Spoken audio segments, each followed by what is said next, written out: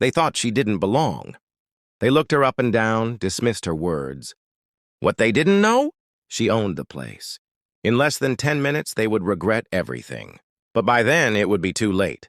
Monique Davis had built her empire from scratch. No handouts, no shortcuts, just grit, vision, and an unstoppable belief in herself. After decades in the hospitality industry, she opened her flagship hotel, a sleek, boutique establishment nestled in the heart of downtown Atlanta. A place where elegance met innovation, where every detail reflected her standards, her soul, her legacy.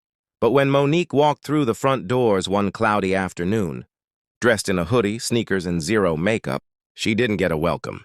She got suspicion. Her name wasn't recognized. Her presence wasn't respected. And when she asked to speak to the general manager, she was ignored, then escorted out. They thought she was just another angry customer. They didn't know she was the CEO. As she stood on the sidewalk, heart pounding and mind racing, Monique didn't raise her voice. She didn't demand to be let back in. She made one quiet phone call to her executive assistant. Clear my schedule. Right now. Inside, the staff continued business as usual, completely unaware of the storm coming their way. What followed would become one of the most talked about moments in the company's history, a 9-minute gap that would decide the future of every person in that building. When the CEO walks in and no one knows who she is, that's not just bad service. That's a culture failure, and Monique Davis wasn't about to let it slide. From her parked car across the street, Monique watched as guests came and went. The lobby team laughed, checked phones, and chatted. No urgency, no professionalism. But this wasn't just about a bad day. This was the result of something deeper, something broken. Inside, the staff was confident. They'd just handled a difficult customer. They had no clue the very foundation of their jobs was shaking beneath them. 9 minutes after Monique had been tossed out, she re-entered the hotel, this time, with 2 people flanking her, her head of operations and her legal counsel. A security officer followed shortly behind. The lobby went silent. She didn't raise her voice. She didn't need to. Her badge came out. Her name was confirmed. And in the stunned silence of that marble lobby, she looked around slowly before speaking 4 words. Everyone in the conference room. The walk to that room felt eternal for the staff. Whispers flew. Faces drained of color. And as they sat down, it hit them. They had made a mistake. A massive one. What Monique did next wasn't about revenge. It was about respect. It was about setting a standard. And it was about making sure no one ever treated another guest, or her, that way again. The conference room was heavy with silence. No one spoke. No one dared move. And then Monique did. She stood at the head of the table, calm but commanding.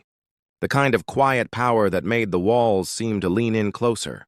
I walked into this hotel today, she began, and not a single one of you recognized me. That's not the problem. Not knowing who I am is one thing, but what you did is something else. She paused, letting the tension simmer. You judged me, dismissed me, and then you disrespected me. No one asked how they could help. No one listened. You made assumptions, and you made a choice that ends now. A few employees tried to explain. We thought, one began. No, she cut in. You didn't think. And that's the issue. You followed a script, one that had no space for grace, curiosity, or professionalism. And then came the words that would change everything. You're all relieved of your duties, effective immediately. Gasps, tears, shock. Some pleaded. Others stayed frozen. But Monique was unmoved. This hotel is my vision. It carries my name, my brand, and if you can't represent it with respect, you won't represent it at all. Within an hour, HR had begun the process. Security escorted those who had been let go. A team from headquarters stepped in to maintain operations. And Monique? She stayed. On the floor, shaking hands, greeting guests, answering phones, because leadership doesn't hide behind offices. It shows up, especially when the message matters most. News travels fast, especially when it's bold, unapologetic, and rooted in truth. By the next day, Monique Davis's story had gone viral. Headlines exploded. Black CEO kicked out of her own hotel. She fired the whole staff in 9 minutes. Social media couldn't get enough. Some cheered her courage. Others questioned her choices. But Monique didn't flinch. Because for her, this wasn't a PR move. It was a mission. In the days that followed, Monique personally led staff interviews.